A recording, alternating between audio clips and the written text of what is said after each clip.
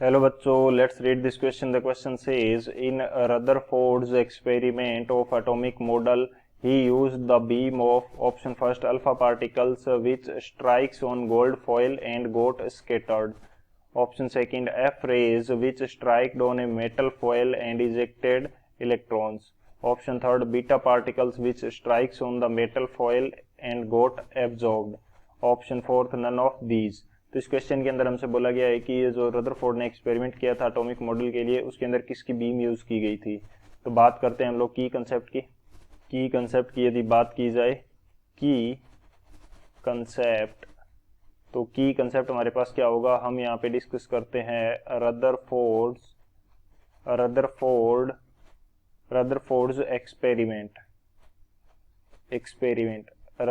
Experiment की यदि बात की जाए तो इसमें इन्होंने क्या यूज किया था, beam of alpha particles use की थी.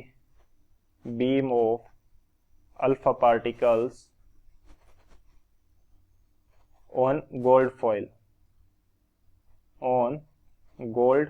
फॉइल एंड जब ये अल्फा पार्टिकल्स इस बीम से अल्फा पार्टिकल इस गोल्ड फॉइल से टकराए तो ये स्कैटर्ड हो गए थे.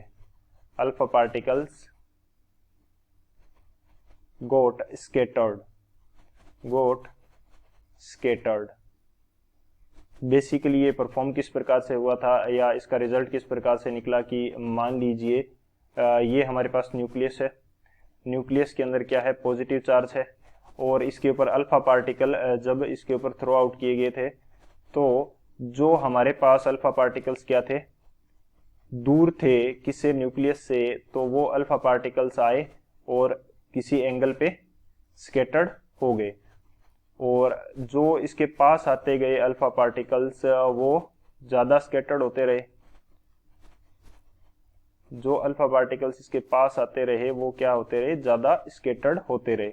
और इसी तरह से जो एक अल्फा पार्टिकल बिल्कुल इसके सेंटर में आके इस न्यूक्लियस से टकराया वो क्या हुआ, वापिस इसने रीबाउंड कर लिया अपने पाथ को. तो इस प्रकार से ये अल्फा पार्टिकल्स क्या हुए, स्कैटर्ड होते गए. अल्फा बीम में इसको बोल सकता हूं.